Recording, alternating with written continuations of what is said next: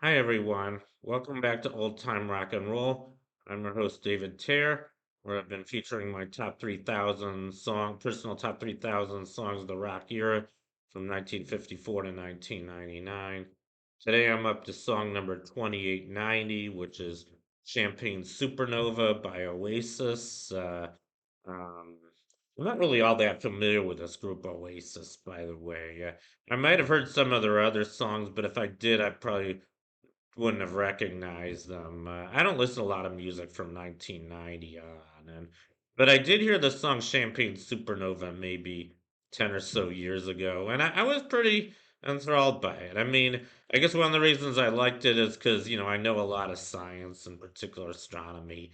I know about supernovas. I don't know how many people who listen to the song do, but I know what a supernova is. It's what happens to a very massive star at the end of its life when it burns up all of its fuel. It goes through a giant explosion called a supernova, where it actually becomes about as bright as the entire galaxy. About 100 billion times as bright as normal. You wouldn't want to be near a supernova. If a sunlit supernova, we'd go toast, but it's not going to go supernova. That's the good news. And the sun won't die for another 5 billion years or so. So nothing to worry about really as far as the sun goes. But that's what a supernova is. And it's an interesting song. I mean, I guess the analogy he calls it a champagne supernova.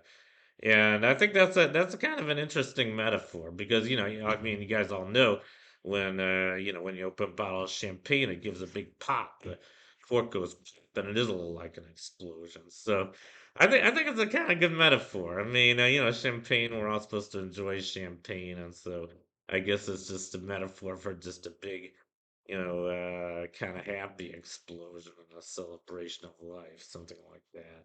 At least that's how I interpret it. So I do like the song and I like the melody, and I probably like other music by Oasis if I heard it.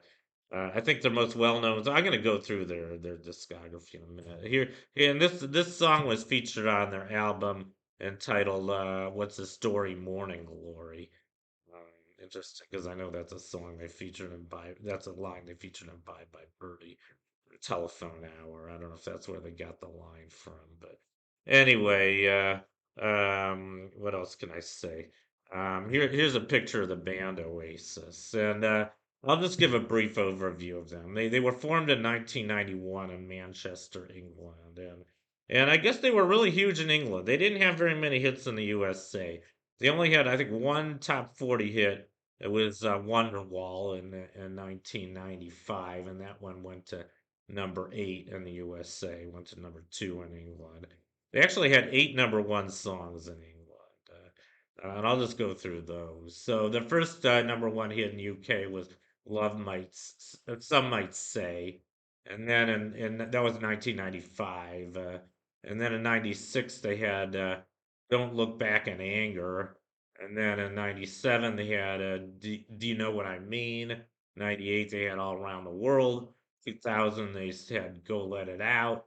2002 they had The Hindu Times. 2005 they had Lila and The Importance of Being Idle. And I don't know any of those songs. Maybe I've heard them. If I've heard them, I wouldn't probably recognize them. But I guess they were a really popular group in England. And for what it's worth, I do really like the song Champagne Supernova for the reasons I mentioned. And anyway, that's my profile on Champagne Supernova by Oasis.